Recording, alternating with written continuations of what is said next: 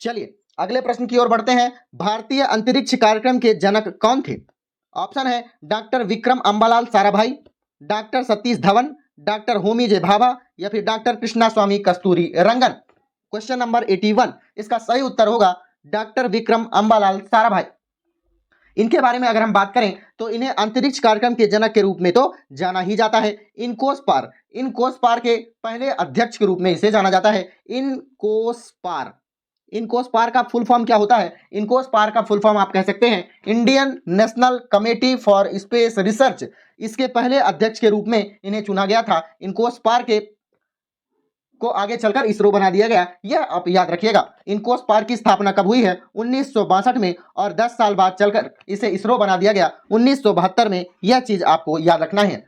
Doctor Vikram Sarabhai अंतरिक्ष कार्यक्रम के जनक के रूप में जाने जाते हैं और इनकोसपार के पहले अध्यक्ष के रूप में भी इन्हें जाना जाता है। परमाणु ऊर्जा विकसित करने में मदद की थी किसने? डॉक्टर विक्रम साराभाई अंबालाल साराभाई ने। अगला आप देखते हैं डॉक्टर सतीश धवन। इनके बारे में कुछ जान लेते हैं। डॉक्टर सतीश धवन, इन्हें किसका जनक कहा जाता है? ध्यान से सुनिएगा। प्रायोगिक तरल गतिकी अनुसंधान के जनक। प्रायोगिक तरल गतिकी अनुसंधान के जनक के रूप में किसे जाना जाता है? डॉक्टर सतीश धवन को।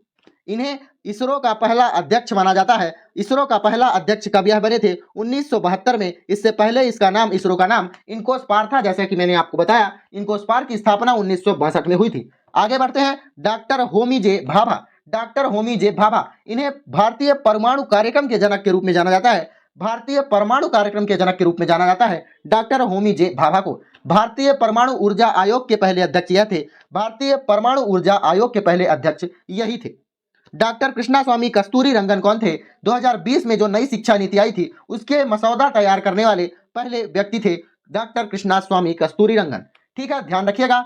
डॉक्टर विक्रम साराभाई के बारे में, यह अंतरिक्ष कार्यक्रम के जनक, इनकोसपार के पहले अध्यक्ष, परमाणु ऊर्जा विकसित करने वाले प्रमुख व्यक्ति। दूसरा सतीश धवन, इन्हें प्रायोगिक तरल गतिकी अनुसंधान के जनक के रूप में जाना जाता है। इसरो के पहले अध्यक्ष।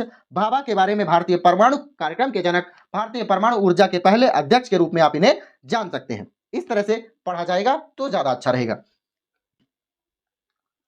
चलिए अगला प्रश्न देखते हैं। निम्न में से कौन सी कोशिकाएं मनुष्य में एंड्रोजन हार्मोन्स को स्त्रावित करती हैं? एंड्रोजन हार्मोन्स का स्त्रावण कौन सी कोशिकाएं करती हैं? ऑप्शन है सर्टोली कोशिकाएं, लैंडिंग कोशिकाएं, जर्मिनल कोशिकाएं, इसे आप जर्मिनल के रूप में जनन कोशिका भी आप कह सकते हैं, म्यूकस या श्लेष्म कोशिकाएं। इसका सही उत्तर होगा लैंडिंग कोशिकाएं या लीडिंग कोशिकाएं। यह मानव में एंड्रोजन हार्मोन्स का स्त्रावण करती हैं। मानव में एंड्रोजन हार्मोन्स का स्त्रावण किसके द्वारा किया जाता है? लैंडिंग या लीडिंग कोशिकाओं के द्वारा। वृषण में क्या कार्य करता है? वृषण में अंतःस्त्रावी ऊतक का गठन करती हैं यह कोशिकाएं। वृषण में अंतःस्त्रावी ऊतक का गठन करती हैं लीडिंग कोशिकाएं या फिर आप कह सकते हैं लैंडिंग कोशिकाएं। सर्टोली कोशिकाएं क्या होती हैं? सर्टोली कोशिका या नर्स कोशिका इसे कहा जाता है। नर्स कोशिका इसे कहा जा सकता है। नर्स कोशिका, इसका प्रमुख कार्य होता है शुक्राणु जनन में शुक्राणु का उत्पादन करना। शुक्राणु जनन में शुक्राणु का उत्पादन करना इसका प्रमुख रूप से कार्य होता है। जर्मिनल कोशिका या जनन कोशिका आप कह सकते हैं, यह एक जैविक कोशिका होती है। यह एक जैविक कोशिका होती है। युग्मकों को जन्म देने का कार्य करती है, इसीलिए इसे जैविक कोशिका के रूप में जाना जाता है। नर और मादा युग्मकों के उत्पादन में अंतर करती है कि कौन से नर युग्मक हैं, कौन से मादा युग्मक हैं। अगला है म्यूकस या श्लेष्म कोशिकाएं। यह फिसलन युक्त स्त्राव करती हैं। आप कह सकते हैं अंडाणु या फिर अंडाशय या वृषण में फिसलन युक्त एक पदार्थ का स्त्रावण करती हैं श्लेष्म कोशिकाएं। यह श्लेष्म ग्रंथियों का नियंत्रण करती हैं, आपको याद रखना होगा। वैश्विक तापमान की वृद्धि के लिए निम्न में से कौन सी गैस का योगदान सबसे अधिक है?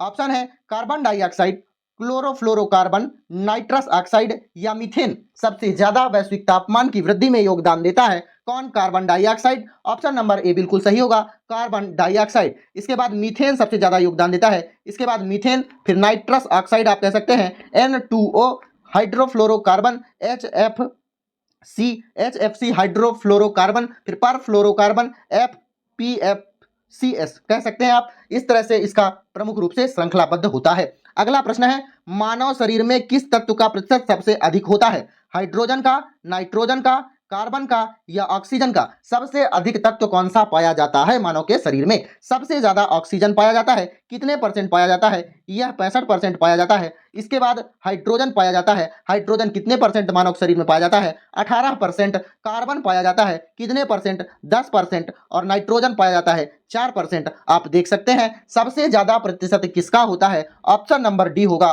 ऑक्सीजन का।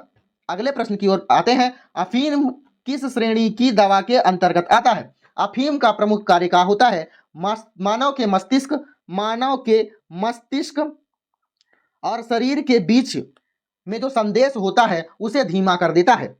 एक नशा तो है अफीम। मानव का जो मस्तिष्क होता है और शरीर के बीच में जो एक संदेश वाहक जो यंत्र लगा होता है, आप कह सकते हैं उनके बीच में वो क्या करता है? संदेश को धीमा कर देता है। अर्थात इसका मतलब है यह अवसादकारी के रूप में कार्य करता है मानव शरीर में। कौन? अफीम। ठीक है।